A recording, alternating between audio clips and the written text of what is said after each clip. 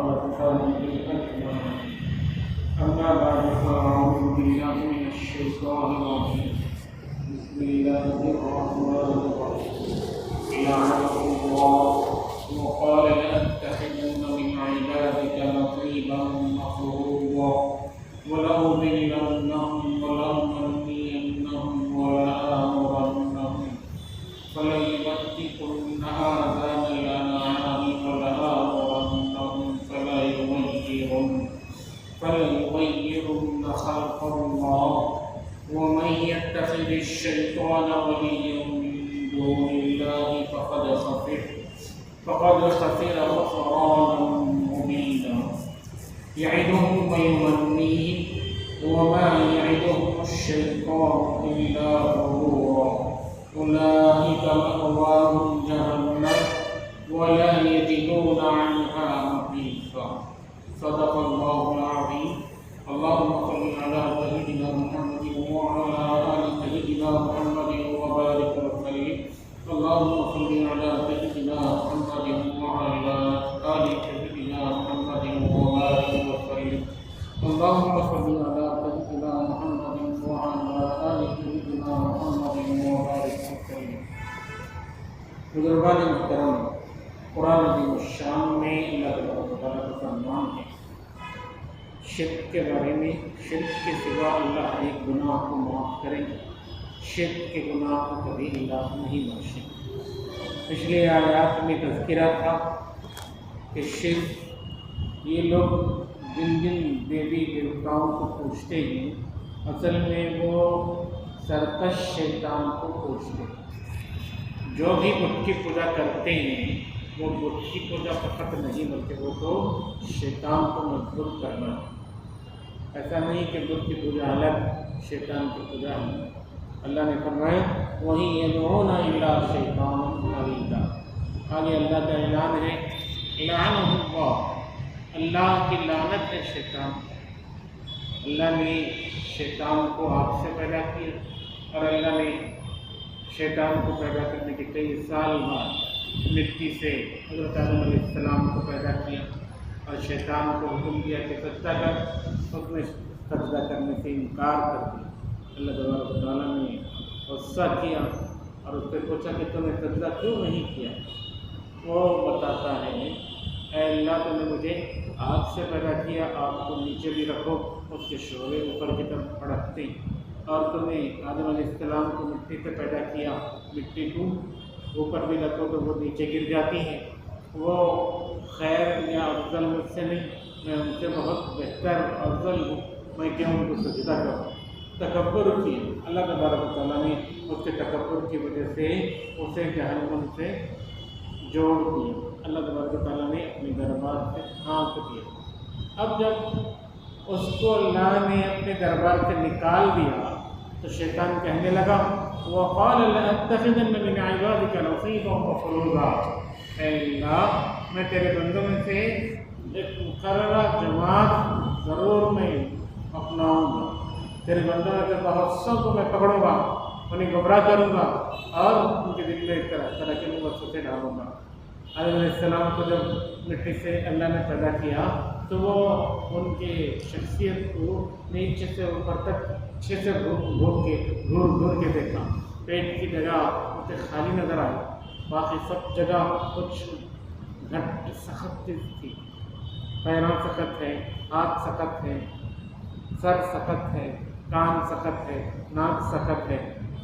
پیٹ میں ایسا جب دیکھا خالی جگہ ہے تو اس کو بات یہ سمجھ میں آئی کہ میں اس جگہ سے شیطان سوچتا ہے میں انسان کے پیٹ کی جگہ میں جہاں خالی جگہ ہے وہاں گھر جاؤں گا، اسے وسوسے میں مبتلا کروں گا۔ جو حضرات وسوسے کے شکار ہیں وہ اچھے سے سمجھ لیں وسوسہ کیوں آتا ہے۔ وسوسہ عام طور پر جو پیدا ہوتا ہے وہ پاکی اور ناپاکی میں زیادہ احتیاط نہ کرنے کی وجہ سے پیدا ہوتا ہے۔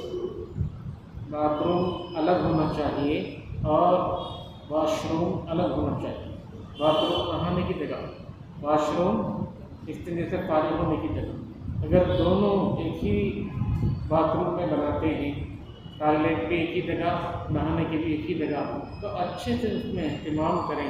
ویسٹرن ٹوائلٹ ہے تو گندگی اس میں سے کسی بھی طرح نیچے نہ پڑنے پائے، یا اگر انڈین ویسٹرن ٹوائلٹ ہے تو وہ اس کا تھوڑا سا حصہ اونچا بنا دیں اور باتھ روم اچھی بڑی ہو، ایسا نہیں تھوڑا اس میں سے گندگی اچھل کر نیچے گر کے جہاں پہ آدمی بندہ وضو بناتا ہے یا غسل کرتا ہے، جب بندہ غسل کرے گا، وضو بنائے گا، اس کے چھینٹے اچھل کر اس پہ پڑیں گے۔ شریعت میں تو صاف ہے، 3 مرتبہ پانی نہا لے گا تو وہ پاک ہو جائے گا، لیکن ایسی جگہوں میں بندہ بے احتیاطی جو کرتا ہے نا، اس کی وجہ سے اس کے دل میں وسوسے ذکر کر جاتے ہیں۔ اب وہ کیسے وسوسے؟ پاک ہوا نہیں ہوا، میرا وضو ہوا نہیں ہوا، میرا غسل ہوا نہیں ہوا، ہوا کہ نہیں کی، ہوا کہ نہیں کی، یہاں سے شروع ہوتا وسوسہ، ہر کام کے اندر وسوسہ آتا ہے۔ اسی لیے اللہ تبارک و تعالیٰ نے شرک کی کئی قسمیں بتلائی، اس میں شرک کی ایک قسم یہ بھی ہے کہ انسان کو اللہ سے گمراہ کرنے کے لیے شیطان جال بنتا ہے، یہی وسوسے کا جال، تاکہ وہ اس میں اس کو مبتلا کرے اور اللہ سے اس کو دور کر دے۔ باقاعدہ اس سے حفاظت کی دعا، یہی وسوسے سے حفاظت کی بھی دعا ہے، سکھلائی ہے۔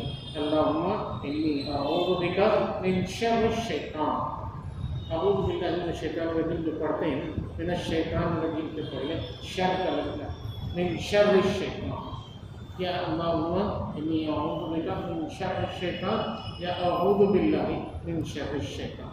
اللہ کی پناہ مانگے، جب ہم اللہ کی پناہ مانگیں گے تو اللہ ہماری دعا قبول کریں گے، ہمیں اپنی پناہ میں رکھیں گے، شیطان سے ہم محفوظ ہو جائیں۔ دوستو یہی بات سمجھنا ہے، وہ کیسے کیسے گمراہ کرتا ہے، اس کو بندے کے اعمال کو اس کے سامنے خوبصورت بنا کے پیش کرتا ہے، حالانکہ وہ خوبصورت عمل نہیں، غلط کام نہیں، لیکن وہ غلط کام کو وہ میک اپ کر کے، اسے مزین کر کے، اسے خوب آراستہ کر کے ایسا بنا کے پیش کرتا ہے۔ یہ شرکیہ کام کر، یہ ایسا کر، ایسا کرے گا لوگوں میں تیری عزت بڑھے گی، ایسا کرے گا تو تیرا کام دھندا خوب چلے گا، ایسا کرے گا تو تیرا بیپار اچھا چلے گا، تجھے نوکری ملے گی، تجھے پیسے آئیں گے، لوگوں میں عزت بڑھے۔ اس کے دل میں، انسان کے دل میں امیدیں دلاتا ہے، اسے چھوٹے وعدے کرتا ہے، پتہ نہیں کیا کیا اس کے دل میں خیالات آتے ہیں۔ یہ سب شیطان کی چال، شیطان کی چال۔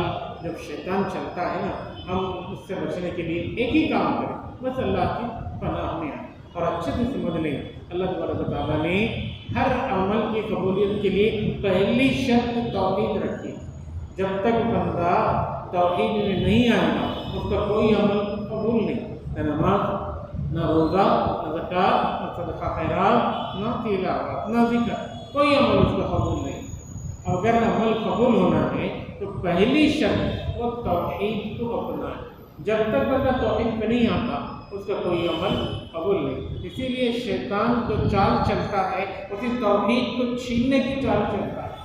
شروع میں وہ چھوٹے چھوٹے جال بنتا ہے، کبھی انسان سے جھوٹ کہلواتا ہے، کبھی انسان سے بدنظری کرواتا ہے، کبھی اس کو غیبت میں، حسد میں مبتلا کرتا ہے۔ بعد میں جب اچھے سے اس پہ حاوی ہو جاتا ہے، اس پہ قابو پا لیتا ہے، تو پھر وہ انسان کے لیے بڑی بڑی جالیں بنتا ہے اور اسے بڑا گناہ یعنی شرک کروا کے چھوڑتا ہے۔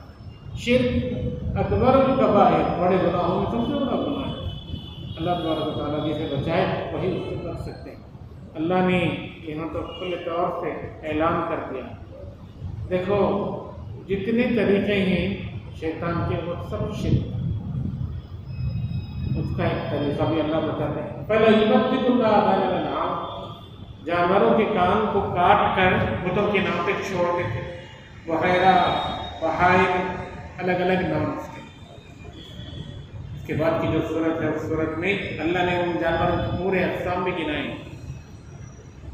جانوروں کو بتوں کے نام پہ چھوڑ دینا، اس کا دودھ اور گوشت دونوں استعمال نہ کرنا، یا اس کا دودھ چھوڑ دینا، صرف اس کا گوشت استعمال کرنا، الگ الگ طریقے۔ وہ انسان کے دل میں وسوسے ڈالتا ہے، وہ شرکیہ کام، لیکن وہ ایسا وسوسہ ڈالتا ہے کہ شرکیہ کام میں یہ تو عبادت کا کام، ثواب کا کام، بہت فضیلت والا کام ہے، تو یہ کام کر لے، تو کر لے گا تو پھر دیکھ تو یہ لوگوں میں کیسے عزت ملے گی، لوگ تیری کیسے روائی کریں، حالانکہ وہ غلط کام ہوتا ہے۔ اسی لیے اللہ فرماتے ہیں وَمَن يَتَّخِذِ الشَّيْطَانَ وَلِيًّا مِن دُونِ اللَّهِ، جو شیطان کی دوستی کر لیتا ہے نا فقط خسر خسرانا مبینا، وہ بہت بڑے خطرے میں، بڑے گھاٹے میں پڑے گا، ذرہ برابر رکھتے بھی وہ فائدے میں نہیں ہوگا۔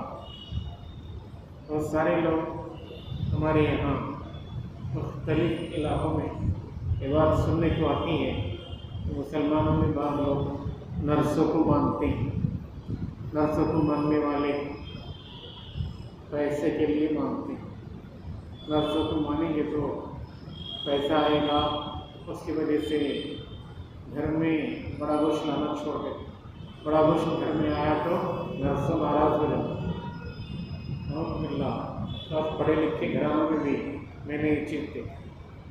اب حقیقت جب دیکھی گئی، نرسوں کو مان لینا، نرسوں کو ماننے کی وجہ سے ان کی دولت میں اضافہ ہوا گیا، ان کا روپیہ پیسہ بڑھا گیا، وہ بھی نہیں۔ اصل میں وہ شیطان کیا کرتا، یہی جو وسوسے ڈالتا ہے اللہ بتانے نہیں، اس کے دل میں وسوسے ڈالتا ہے، پیسہ خرچہ کرے تو ثواب ملے گا، شریعت کا قانون ہے، وہ اس کے دل میں وسوسہ ڈالے گا، دیکھ تو پیسہ خرچہ کرے تو کنگال ہو جاتا، تو پیسہ خرچہ کرنا چھوڑ دے، وہ بندہ شیطان کی بات سنے گا اور بندوسی کو اپنائے۔ جو پیسے خرچ کرنا تھا نا وہ خرچ نہیں کرے گا، جمع کر کے رکھے گا، جمع کر کے رکھے گا، ایک ایک پائی ایک ایک پیسہ ایک ایک روپیہ جمع کرتا رہے گا، اور جو پیسے جماتا ہے نا خرچ کرے بغیر، اب وہ یہ سمجھے گا میں ناستوں کی وجہ کر رہا ہوں اسی لیے میرے پاس پیسے جمع ہوتے جا رہے ہیں، حالانکہ وہ سراسر ہوتا ہے، نہ نرسوں پیسے دے سکتا ہے، نہ نرسوں کو فائدہ دے سکتا ہے، کچھ بھی نہیں کر سکتا، اور نہ ہی بڑا گوشت کھانے سے بڑا گوشت کھانے والوں کو نرسوں کو نقصان پہنچا سکتا ہے، کچھ بھی نہیں،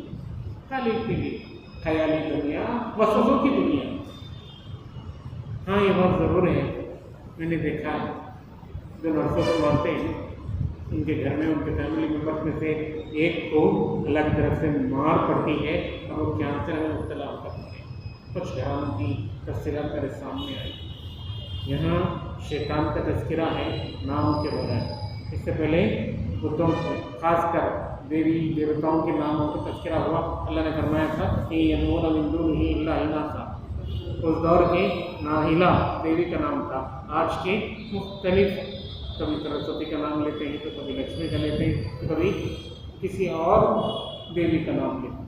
اللہ فرماتے ہیں یہ بھی بکواس، وہ بھی بکواس، یہ بھی شرک، وہ بھی شرک، جب تک شرک سے نہیں بچو گے تمہارا کوئی عمل قابل قبول نہیں ہوگا، اور ان کا انجام بھی بتلاتے ہیں۔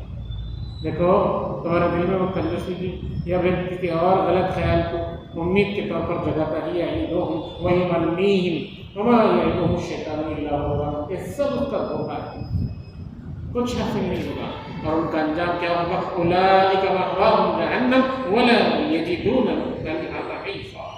یہ شیطان اور اس کے چیلے، یہ سب جو اس کو ماننے والے ہیں نا جہنم میں پہنچیں گے، سیدھا دوزخ میں پہنچیں گے، وہ ان سے بچی نہیں سکیں گے۔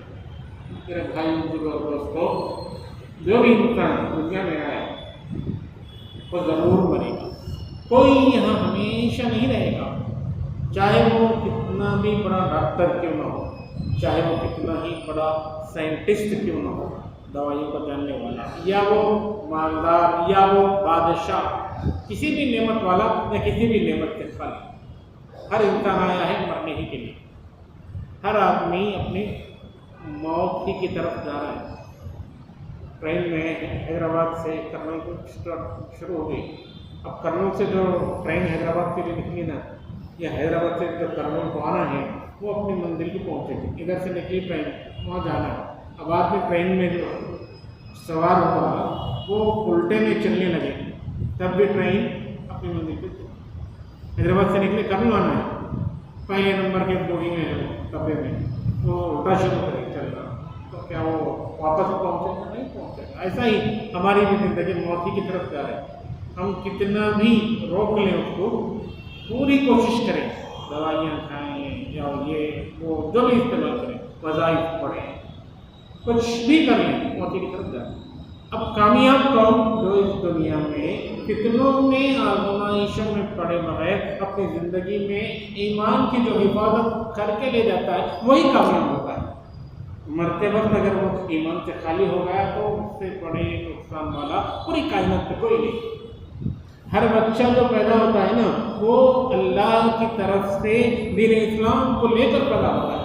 اللہ فرماتے ہیں کل مولود یولد علی الفطرہ، ہر بچے کو میں دین اسلام پر پیدا کرتا ہوں۔ پھر بڑا جو بچہ ہوتا ہے، کبھی کوئی بچہ اس مذہب پہ کبھی اس مذہب پہ، وہ کیسے بھی اللہ خود مجھے اس کا پورے طریقے سے سبب بھی بتلاتے ہیں۔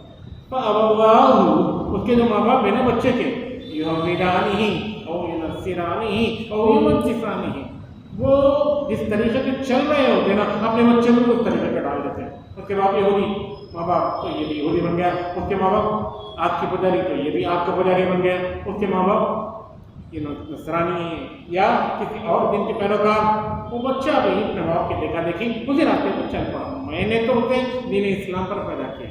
ہر ایک انسان جو دنیا میں پیدا ہوتا ہے اس کا ایک ہی مشن ہے، اس کا ایک ہی مقصد زندگی ہے، وہ ہے ایمان کی حفاظت مرتے وقت، اور موت کب آئے گی پتہ نہیں۔ کسی کو اپنی موت کا اللہ نے وقت نہیں بتایا ہے، تو اس لیے ہمیں ہمیشہ یہ سوچنا چاہیے پتہ نہیں اس پل اس پل کب میری موت آ جائے۔ اسی لیے ہمیں صبح شام توبہ کرنا ہے، صبح شام کچھ ایسے عمل کرنے پورے ہی گناہ مٹ جائیں۔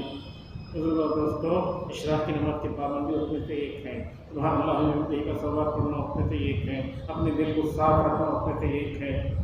تھوڑی سی توجہ، ایک 2-3 منٹ اللہ کی طرف متوجہ ہو جائیں۔ اے اللہ میں اپنے تمام گناہوں سے معافی طلب کرتا ہوں، مجھے معاف کر۔ اے اللہ میں آپ سے کلمے والی موت مانگتا ہوں، اپنے فضل سے مجھے کلمے پر خاتمہ کر۔ یہی ایک راستہ ہے جس کے ذریعے سے انسان آزمائشوں سے بچ سکتا ہے، آزمائشوں سے بچے گا، اپنے ایمان کی دنیا سے سلامتی سے لے کر جائے گا، تو پھر وہ کامیاب اور کامران ہوگا، ورنہ پھر اس سے بڑا نقصان والا کوئی نہیں۔ اللہ پاک سے دعا ہے اللہ ہم سب کو کہنے سننے سے زیادہ عمل کرنے والا بنائے، اپنے فضل سے اللہ ہم سب کو چلنے والی موت نصیب فرمائے، ہم سب کے ایمان کی اللہ اپنے فضل سے سلامتی اور حفاظت کا دائرہ رکھیں، آمین یا رب العالمین۔